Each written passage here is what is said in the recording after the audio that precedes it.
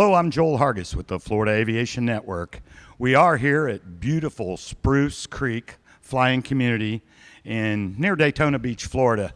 It's a beautiful day here, and I'm really excited as we continue our Veteran Fliers series to be here with Jeff Rochelle. Hello, Jeff. Good morning, Joel. Glad to be here. Man, I'm glad to be sitting down talking to you. You know, we come out here and get to talk to so many very interesting pilots, and you are one of those. I'll just tease it with Jeff was a Thunderbird pilot, so performance, aerobatics, formation to the nth degree. So we'll get into that. Sure. So let me just start with what got you interested in aviation? Well, my dad was a fighter pilot, so I grew up in the military. He flew Phantoms in Vietnam. He was running around with the likes of Chappie James and Robin Olds, and even Bob Hoover was involved back in the day. And so I'm literally the guy that was hanging out outside my dad's bar, listening to these guys talk in the mid-'70s about Korea and Vietnam and even World War II, because Robin Olds flew in World War II. But he would be there at an event when my dad was a squadron commander, and he'd come over to the house afterwards, and they'd be drinking and telling stories, and I'd be listening. So as a teenager, yeah, I was. You got to hang out with Robin Olds and Bob Hoover and people like that? Yeah. Well, that would be a pretty good influence. So, yeah, I was very fortunate. I had a lot of good influences in my life, not just my family, but my friends and the people I've been around. Of course, the Air Force was really good to me as a kid, and it was even better to me as an adult when I finally signed on.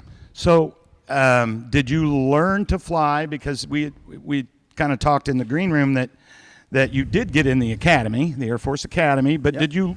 did you get a pilot's license before that, or did they teach you? No, I had a couple of experiences with friends of ours who had little airplanes. Cherokee 140 was the first airplane I ever laid my hands on. There you go. And I loved the feeling, and I knew that flying was something I wanted to do because of the role models that I had around my life. So I was very fortunate to have that influence, and then to have the support of everybody around me. Now, it wasn't all roses. I mean, my first attempt to get into the academy, they said, "No, you don't hack it. You're not going to." I was a little bit rowdy as a teenager, and some of the people that were responsible for liaisoning for the academy, they didn't think I was necessarily going to cut it. Well, the kid did, and I had a good GPA, I had a good military bearing, and I was a glider instructor, which they only allowed for the better very few. The better, yeah. So that was my real first license, was to be a glider pilot, commercial, CFI, and then fortunate enough to get selected to go to pilot training.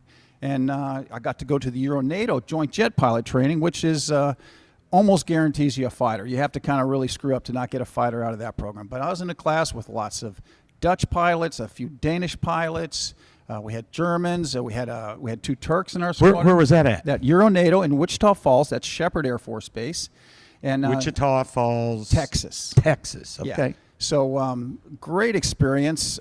Really loved the foreign influences there. And of course, these guys were all fighter pilots, and that's all we talked about was being a fighter pilot. And golly, did well enough to get an F-16, which was my first choice. Although they had F-4s at the time, I could have flown the Legend.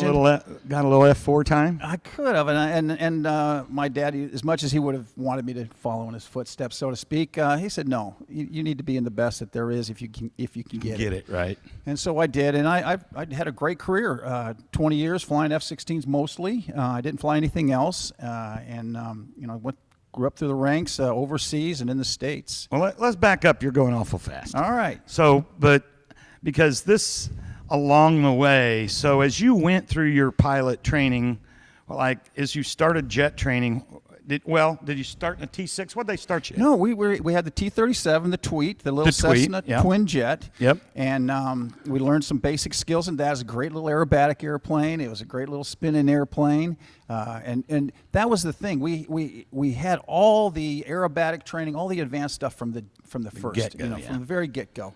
And we took that right on into the T-38. My first ride in T-38 was with my high school buddy. He was a year ahead of me, and he was a FAPE, we call him, first assignment instructor pilot.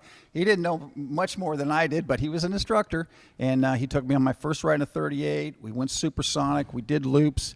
And, if they knew what we were like in high school, I don't think they would have allowed it. But now, We did it, and we didn't screw it up. So it was a great I'm experience. so jealous. I told you out there that I would give anything to fly in a T-38 and go supersonic. I mean, to me, that plane, as a trainer, has the sexiest lines. Yep. It's just, I mean, it's supersonic. It's so fast. I mean, I'm so jealous. It looks like it's going fast sitting on the ramp. It's a does. really, really It cool does. jet. Now, but if you want to talk sexy, the F-16 that's my sweetheart. That's my first love, and I was really fortunate enough to fly it for over 4,200 hours. Wow.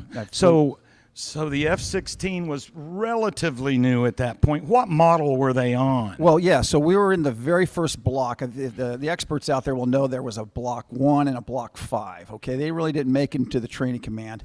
But I flew the early Block 10s just after they made the stick movable. The first F-16, the stick was not movable. What? You just applied pressure to the side stick, and then it would fly. And of course, the test pilots all said, hey, we got to allow these guys to move the stick. Well, they made it move 1/8 of an inch either direction.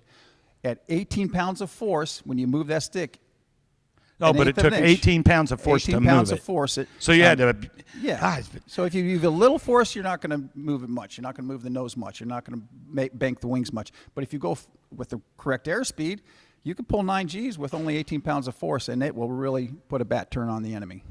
Wow. Yeah. I had never heard. And that's a left-hand joystick? Yeah, it's it's right hand, okay? It's right hand. Right hand, and the throttles are on the left side. And there's about 6 or 7 switches on both the throttle and the stick, and your thumb gets to be pretty smart after a period of time about controlling. So everything is on within the reach of your left hand for your throttle. Yep. And the right hand for the stick. Yeah, you'll hear guys. Give me a for instance. Like right hand on the stick, is that guns and? Well, we have that's over on the throttle. There's one switch side. that converts the whole fire control system to dogfight. So now you're ready to shoot close range missiles and shoot the guns. Okay, and it'll lock the radar automatically on the target and tell you exactly where to put the pipper, the aiming references, and it's just that easy. And you're flying the best dogfighting airplane in the world. On the stick, you've got your ability to run the radar, to designate different targets, whether you're using is that targets acquired on the stick? Well, so the F-16 has several sensors on it. We can designate targets that are acquired by the radar, acquired by the targeting pod, IR, okay, or electro-optical, which is more visual, or targets that are handed to us by data link, AWACS and stuff? Data link by AWACS, or targets that are handed us by our wingmen over the data link. Okay. And we can just find targets that are solely radiating energy at us and so like somebody, them. a SAM tracking you. Yeah. It goes, hey, this, and you just target that. Boom. We know where it is, and we can shoot an anti-radiation missile at it. Those kind of things. So there's a lot of target designation capabilities that we have, depending on what sensor we're using. So my point here is really flying the airplane's easy. The airplane flies very well. Don't tell anybody, but it is easy to fly.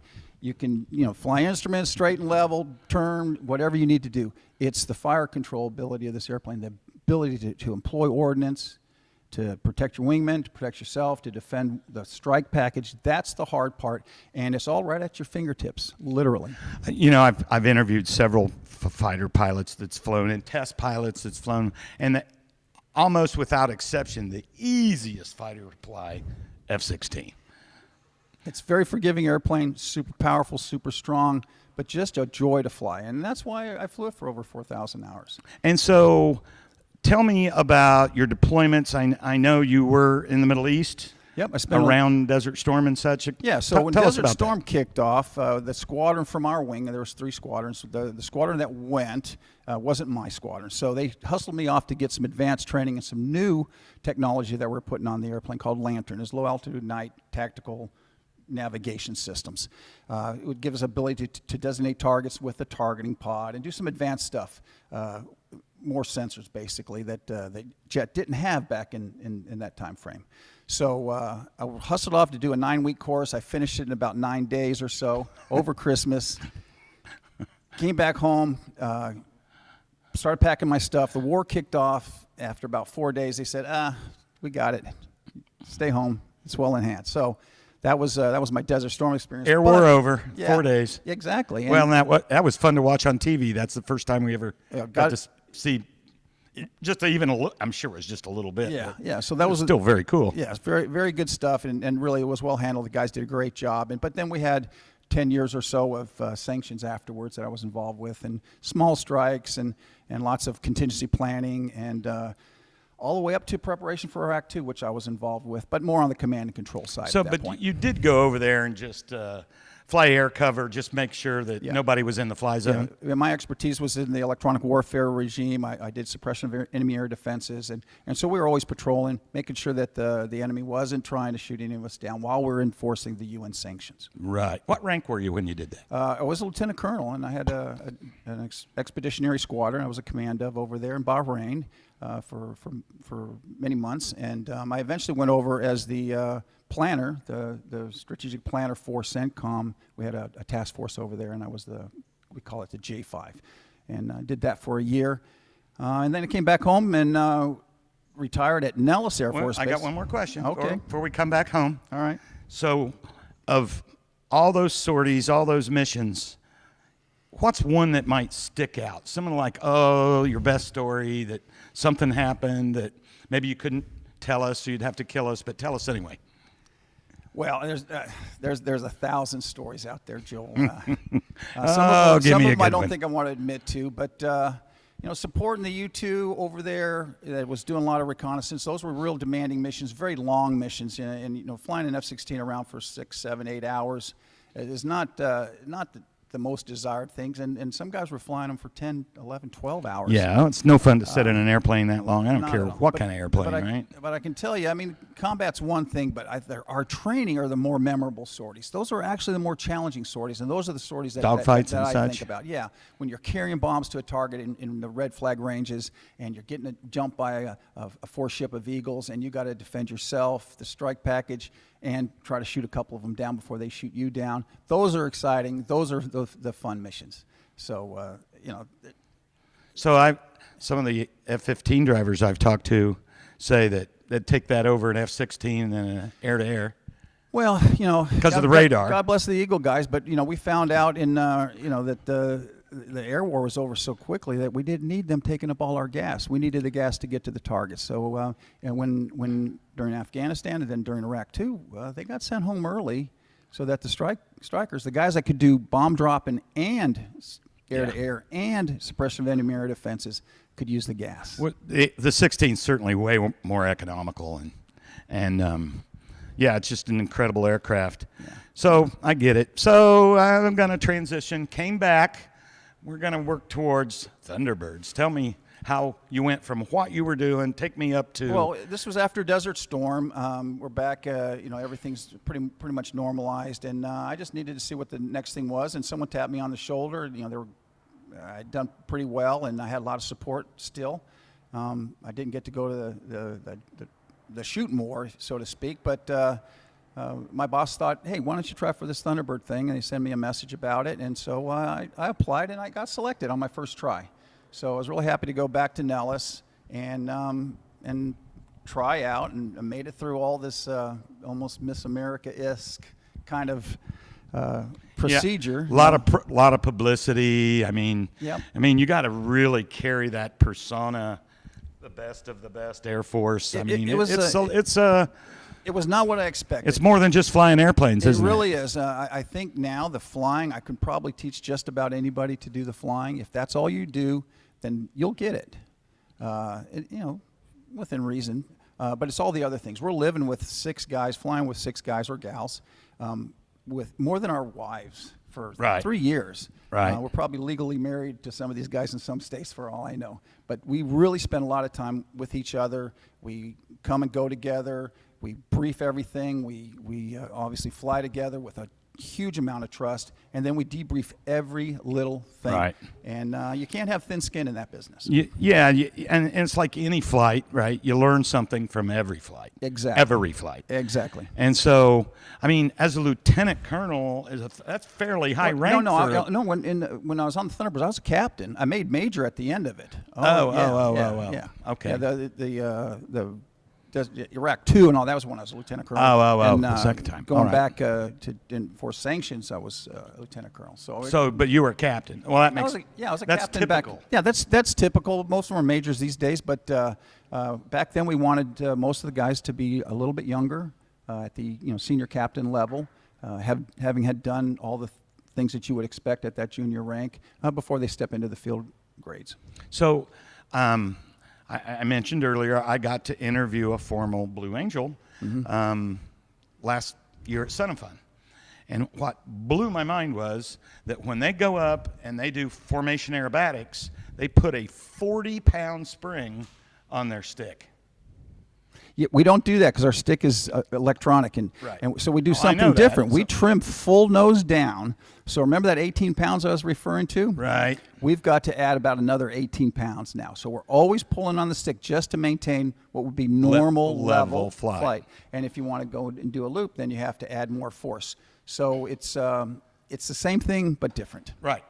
Well, yeah, that's why I wanted to ask, because you don't have a stick. Yeah. I mean, not a stick. But, yeah. Conventional stick. It's not a conventional stick, but pilots are effects based, so you're looking for that effect of that onset of G's or whatever it is. And when you want that nose to move up, you just think about it in the F-16, and it goes where it needs to go. And the business with trim and full nose down, what that does is allows your muscles to operate only in one direction. So you're always pulling. Sometimes you're just pulling less if you're in level flight, or more if you're trying to do a loop or a hard turn. So that makes your formation much more stable if you're always pulling. Makes sense, and that's kind of the way he explained it to me. Yeah. In the Hornet. That's awesome. So just before we leave that, of all the maneuvers you guys do and formation maneuvers, what is the hardest and why? Well, the hardest maneuver is the trail to diamond roll. I don't even think they do it anymore. That's how hard it is. And it's hardest for the left wingman, which is what I was. We roll to the left. So if you think about rolling to the left and you're on the left, everybody's trying to run into you, and you're trying to get out of their way the whole time. Okay? And the fact that you start off in trail in a roll, okay, and you have to move up right where everybody's rolling into you. Are you with me? Yeah. So the lead guy is still the lead, right? He's always in formation, and he's never wrong. Right. So it's all about him. So if he's smooth, to get the hell out of the way. Right. So but I have to get over to the left wing, which is where they're all rolling into. Okay. So you're from a trail position. So I slide up, and then I got to unload, use right rudder, and left stick. If that sounds cross-controlled, it's because it is. Sounds like a slip to me. It is. It is. It's you're using top rudder to stay in the formation. You're using forward stick to keep from getting in their way, and you're using left aileron to keep rolling with the group. So it's a tough. It's hard to explain. It's even harder to fly. Oh, I bet. I'm already nervous. So, do you guys start that? Feet apart? Yeah, we're about 3 feet apart, and 450 knots. Oh my gosh, that's crazy. Yeah, I've got to do a little formation flying with some guys in L-39s, and of course not that tight, and I didn't have the stick. I'm just sitting there watching, right, and it wasn't at 450 knots, and it wasn't at 3 feet apart. I did fly with the Phillips team one time. Oh, there you go. And that was pretty cool, and that was pretty tight. Well, I'll do a quick commercial here. You ought to fly with the Mavericks. That's a group of guys here at Spruce Creek. Bob Gant leads those Mavericks. They're all 80 years or older. I fly with them on Saturday mornings from time to time. I can't keep up with them Didn't I sometimes. interview one of those guys? Oh, this guy right here. Okay. In our audience is a Maverick. So it doesn't matter if you're going 150 knots or 450 knots. It's all formation. It's all the same stuff. It's all relative. As I remember, he invited me to go do that and maybe take a GoPro and shoot some of this, which I don't know why I haven't done that yet. I don't know why you haven't done it either. You have not lived until you've flown formation with the Mavericks and I've seen their picture. It's on the Spruce Creek calendar, and yeah, but that'd be so fun. Yeah, I fly with them from time to time. It's a privilege and honor to fly with these distinguished aviators. Oh man, Spruce Creek's just loaded with them too. And that's why I'm here. This is a great community. It's full of Navy guys and Air Force guys and airline guys. We had Apollo astronaut here one time. Just everybody's got a story here, and it's a beautiful place to live and to fly here. How did you find Spruce Creek, Jeff? Well, everybody knows Keith Phillips. Everybody. Okay, and he's my on-field producer here. Yeah, so I had a mentor in the Air Force. Kudos to Keith. He's out here. Yeah, I had a mentor in the Air Force. I followed him to Lockheed for my stint in Lockheed before I retired from Lockheed. I was looking for something else to do. He mentioned Keith, and I came out to look at Spruce Creek. I had looked at a couple others, several fly-ins in Texas, California, Arizona, around Florida, and this by far is the best of the best.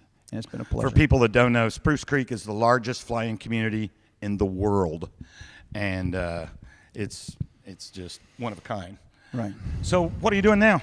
Well, so I retired from Lockheed Martin in 15, but I'd moved out here and bought a place in 2012. So I've been here a good 12 years now.